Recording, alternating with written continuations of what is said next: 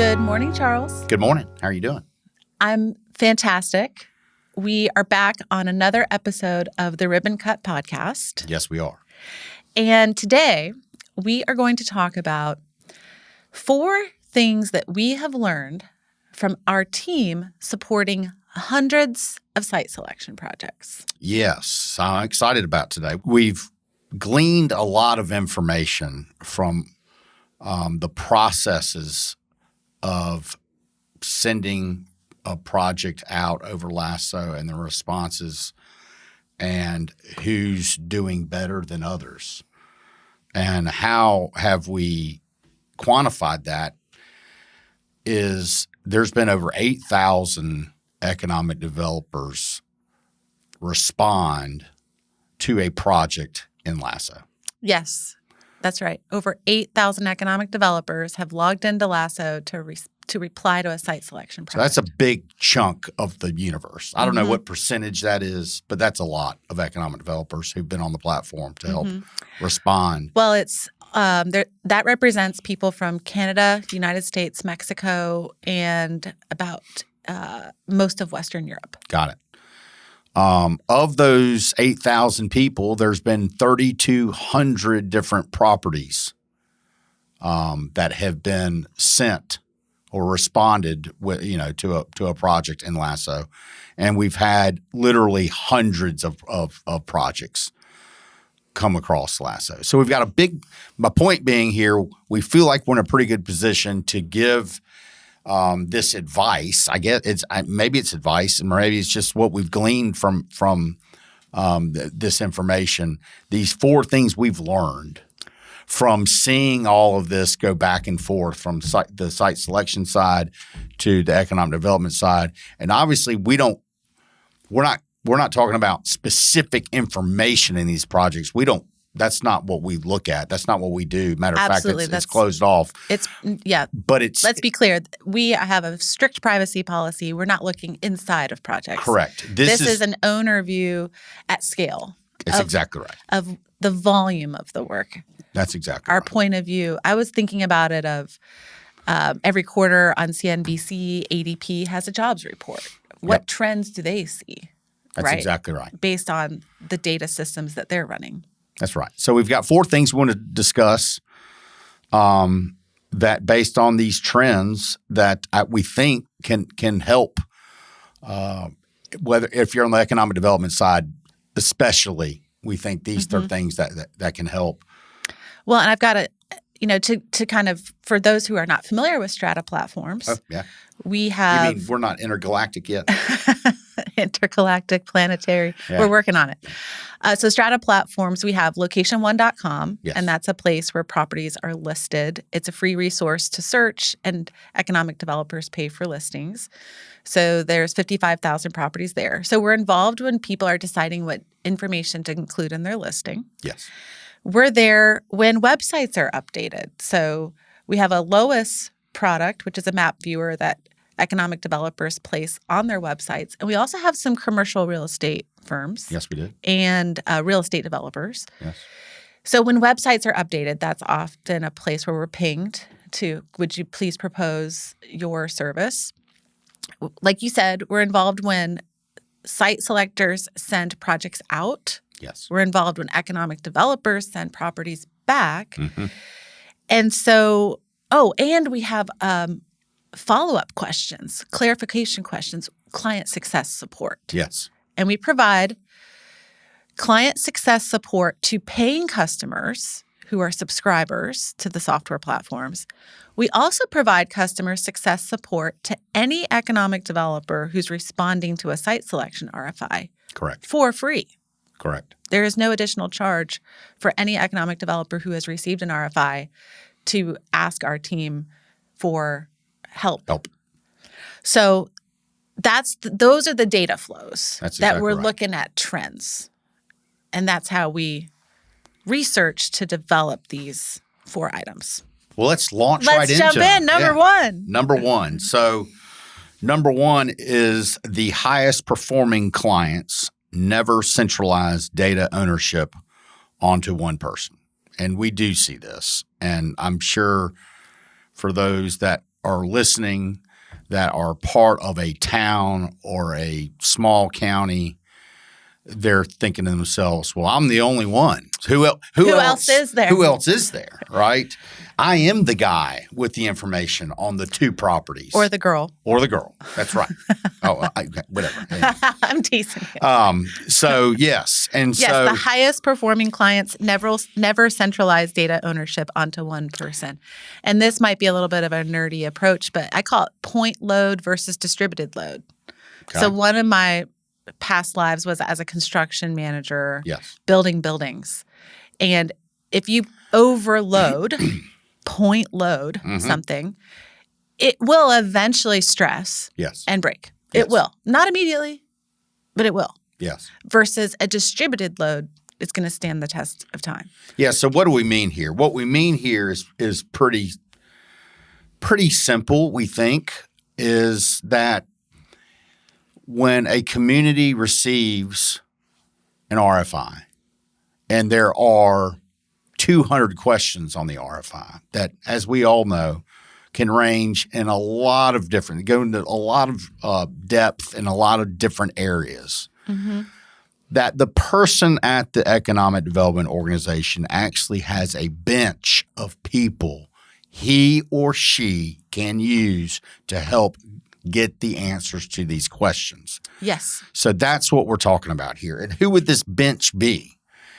The bench would be all of the people who have the answers to some of those questions, such as the power company, the gas company, the telecommunications provider, the wastewater treatment plant, the railroad, maybe the workforce development office. So having all of these people help them craft responses to the RFI is imperative. So rather than the person trying to gather it all themselves, you can help distribute this RFI. And this is, again, one of the benefits of using Lasso is you're able to distribute the RFI to other people and invite them to the project so they can help you put together the answers to, such as a question of how much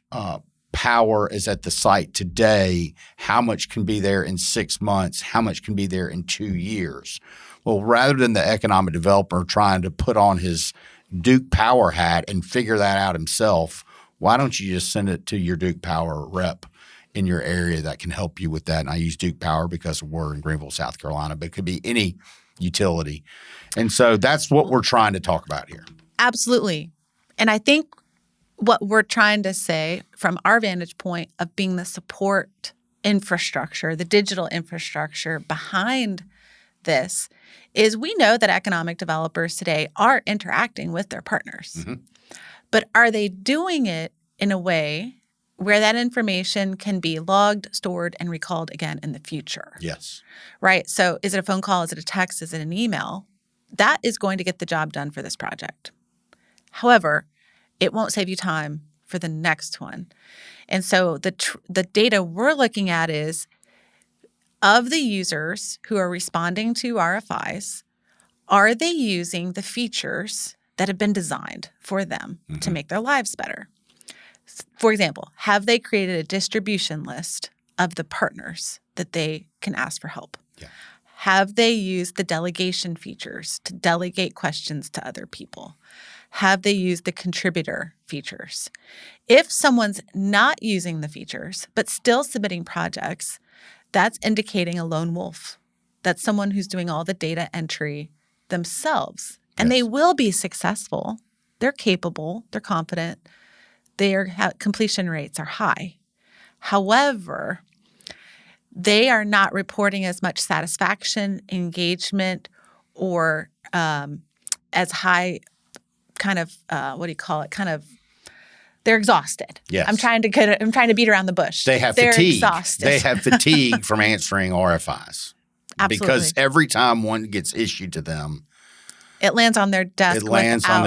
Help. And some of them are extensive. We know this, and so it can absolutely lead to fatigue of RFIs. And we've actually heard from people that have said, I just didn't reply. Yeah. I just didn't reply. And that's a shame. We also have a tool called Total Data Recall. So once that economic developer uses the delegation the tools and to build those extensive responses into the system where when they do get that 150 or 200 question RFI, they can just pull the data back down the next time they get an RFI. So they don't have to rebuild the information. This is, obviously some of the information may change from time to time, but they're starting with a base load every single time of all of the questions that they researched from the time before. Well, and yes, and I think of it like it's a roadway building. Now that the distribution list has been set up and the partners have been invited and the distribution has taken place, now that pathway exists. So now the information can flow back in faster. Yes. And what we see on the response side is often mimicked on the input side. So on sending out RFIs. So there's many different organizations that send out RFIs. Site selectors send them out for site selection projects. We have railroads and utilities that would use them for site readiness or investment readiness projects. Yes. And we see similar trends there. So it's a pattern that we notice that when clients distribute the work among a team, a committee, and typically the committee is 2 to 5 people, and the 2 to 5 people don't all have to work for the same organization. Yep. Like you said, some communities where there's just one person or 2 people total. But anyone that approaches it with that committee type of view, their adoption is faster. Their work quality, they're using all the features, and their completion rates are higher. And we're noticing just the vibe, right? Just less fatigue, more. They're happier people. They're happier. Yeah, I mean, let's be honest. The ones that aren't using it, the ones who aren't using the full features, they're tired. They're exhausted, and the getting an RFI has the exact opposite response for some of these people, where it's like, I can't believe I've got to answer this. And so we've built some tools to help you answer it better, faster. You can recall it the next time you get it. So that is some of the benefits. And you can bring in all your partners. And we're talking both sides. You can bring your partners in. Site selectors can bring their teammates in before. Yep. So they can they can use the master template, turn it into their company-specific templates, distribute that workload amongst their team. So it's for both the site selector and the economic developer. And I think it's a philosophy approach, right? It used to be when everything got digitized 20 years ago that, well, you're the analyst. You're we designated this one person in the organization to be responsible for data and analytics. Yep.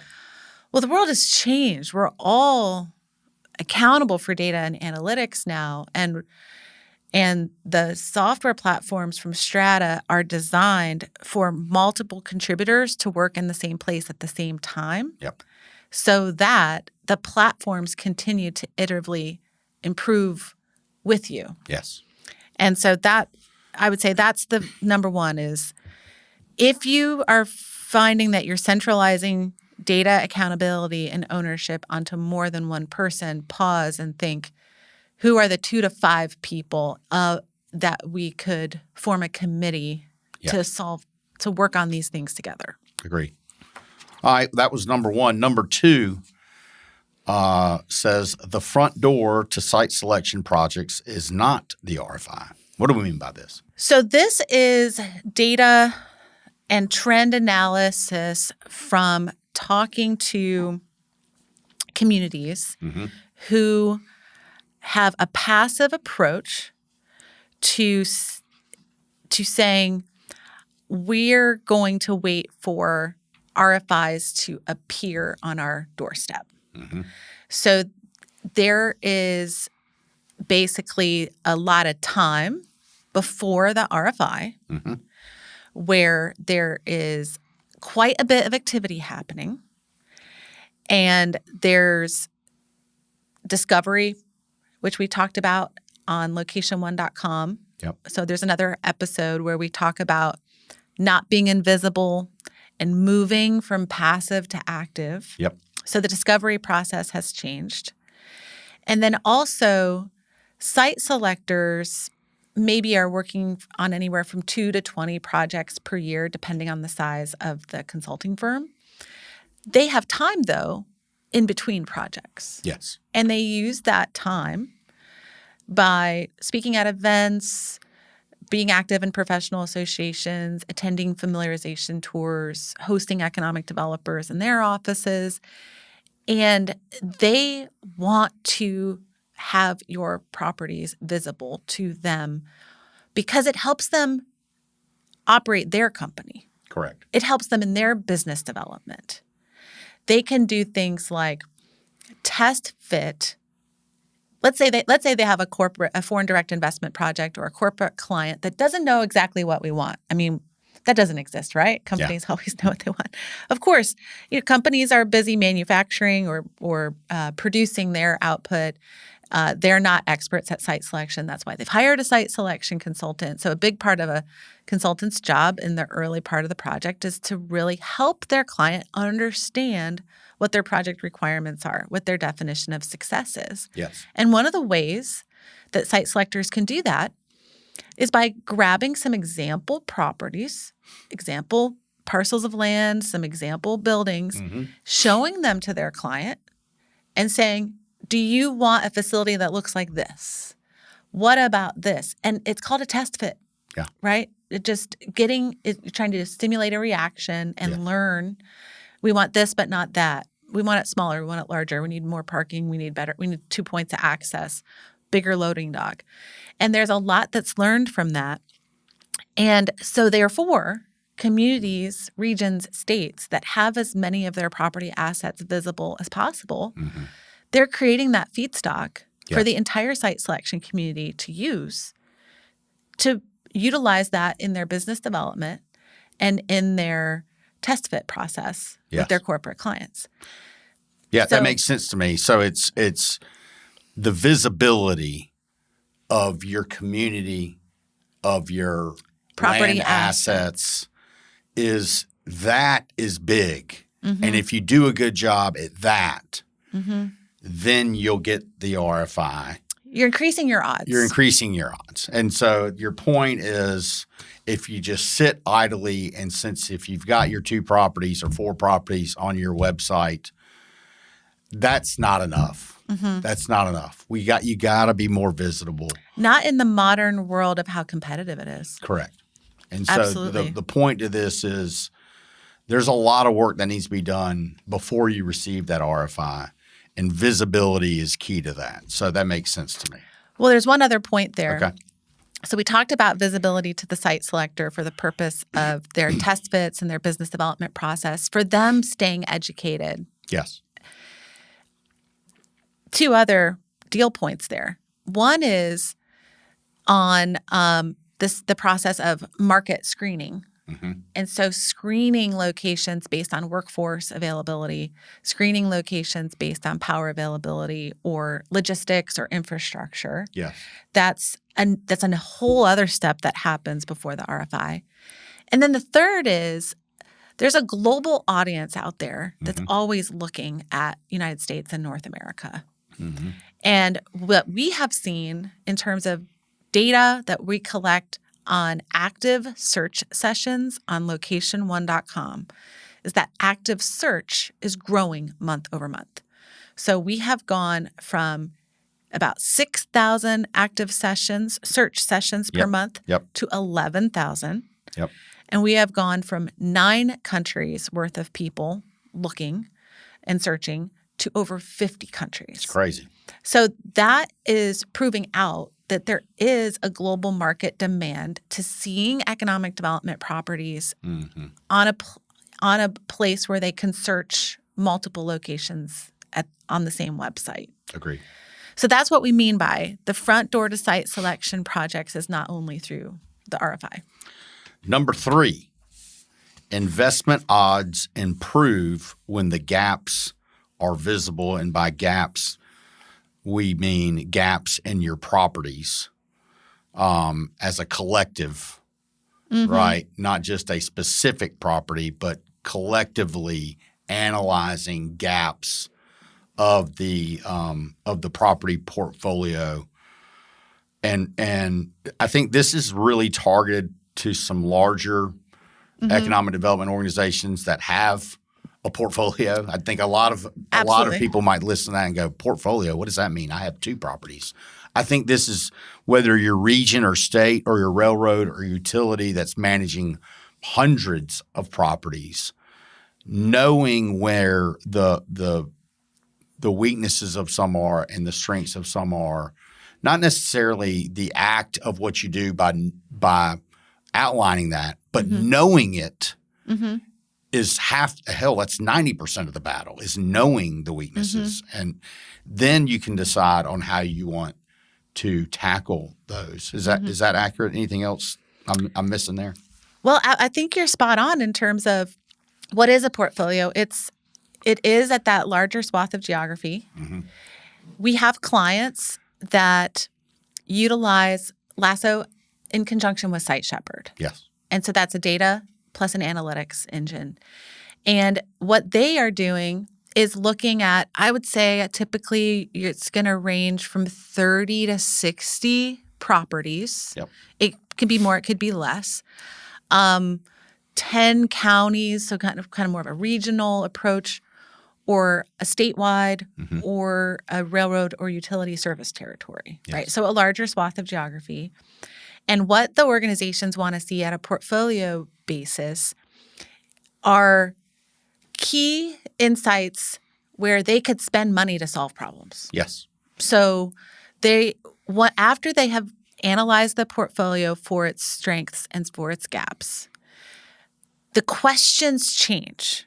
It's no longer, what do we need to win this specific project, or what do we need to win the next project? It's, how might this $5 million or $40 million, how might we use this capital investment money that we have to remove a roadblock for several sites? Yes. How might we prepare for the next 5 years? Yes. And that type of trend analysis and capital investment planning has been done for decades. Yes. It's what these organizations do. It's what planners do. The trend that we see inside the software is we see these clients gaining momentum year over year. So it's, yes, you can do this analysis on Excel spreadsheets. You can run it through databases. You can run it and create PowerPoint slides. What we're seeing inside the software is that our clients that run this type of approach year over year, they're able to get better engagement from their community partners because their community partners are not having to submit the same information over and over. So that's not Groundhog Day, right? They're also, running data analytics and seeing trends is hard work. It's the type of work where you run a little bit, put it down, come back 30 days later, have a conversation, come back 30 days later. And so the iterative improvement approach by keeping it all in a cloud-based software tool enables that kind of put it down, pick it back up as you gain more information. And I think one of the things that we've seen from talking to clients is not one of them has told us that highlighting their gaps has weakened their organization. Agree. None of them. They've all said highlighting our gaps has given us an area where we can focus, control, and invest. Yeah, it gives them the ability to prioritize where they put whatever amount of money they want to use to improve the portfolio. If they have a clear playbook of where to react and how to react, and then they can plan their spend around improvements around that. So I think that makes complete sense to me. Number 4, clients that learn between projects pull ahead fast. Talk to me about this. So this is all about it's similar to number 3, but Okay. clients that learn between projects pull ahead fast. Where this data analysis came from is the clients that are also using the project management features. Yes. So some of project management features are tagging projects, using shared data libraries so that you don't have to upload or research the same data on the same websites over and over and over. You're able to use the 120 data sources in the Site Shepherd data library and attach it to the projects. We talked about recalling data. And if once all of these types of features are enabled and engaged in inside the software platform, one of the I'm smiling because what it allows the person who has enabled all those features to do is potentially go do something else. What does that mean? Well, you can bring teammates in. Yep. You can bring new staff in. You can train. All of this now is embedded in your software tool. Got it. And you can learn. You get incrementally better on each project that you operate. And you basically build internal equity for the organization. You've built an asset for the organization so that new people can come in and operate that asset, and you can either stay engaged in that or move on to the next strategic project. Yeah, and so what you mean is they learn between projects, and so as they respond to projects, their clarity improves, their time to process improves. They do things in between projects to make them get incrementally better every time a project comes across their desk. Is that accurate? Absolutely. It's both. Yeah. They're learning between. So on the economic development side, there's definitely the learning in between projects and the site selection side too. Yep. And it's while operating the project. I'm going to save this template. I'm going to sync this data. Yep. I'm going to recall these answers. I'm going to save these breadcrumbs so that the next project I get 10% better. The next project I get 10% better. And many people in our profession do this just organically. This is how professionals work, is you get a little bit better time over time.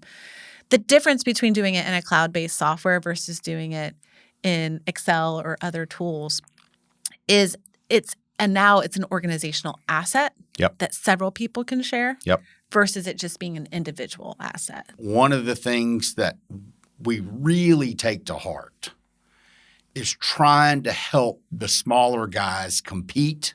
And a lot of the tools we've put together in our platforms help the little guys compete. And I'll just recap, the 4 things that we've learned, because whether or not an economic developer or a site selector uses our platform or not, I think these are philosophical, or this is what the trend is showing, right? And it can be applied to work in general. So the highest performing clients don't centralize data ownership on one person. They distribute it across a committee.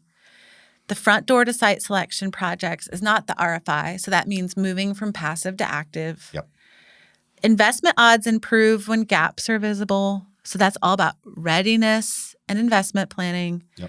And then communities that learn between projects pull ahead fast. And what that means is building tools that live with the organization, that live beyond you.